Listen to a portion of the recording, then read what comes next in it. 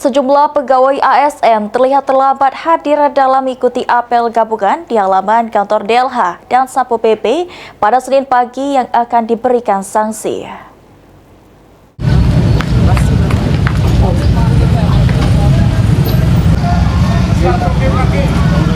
Sejumlah pegawai ASN terlihat terlambat hadir dalam mengikuti apel gabungan yang dipimpin Sekda Kota Palembang di halaman kantor DLH dan Satpol PP Kota Palembang pada Senin pagi 21 Juli 2025.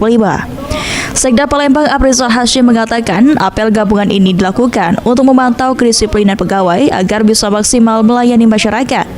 Terkait masih adanya pegawai ASN yang terlambat mengikuti apel, menegaskan akan memberikan surat peringatan hingga sanksi, baik ringan, sedang maupun berat bagi para ASN yang terlambat.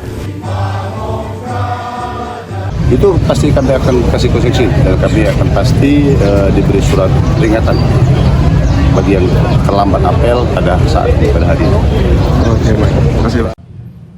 Sekda Palembang meminta para ASN untuk lebih disiplin dalam melaksanakan tugas sesuai fungsi masing-masing. Sandi Pratama, PAL TV. Kita tidak hentinya memanjatkan puji dan syukur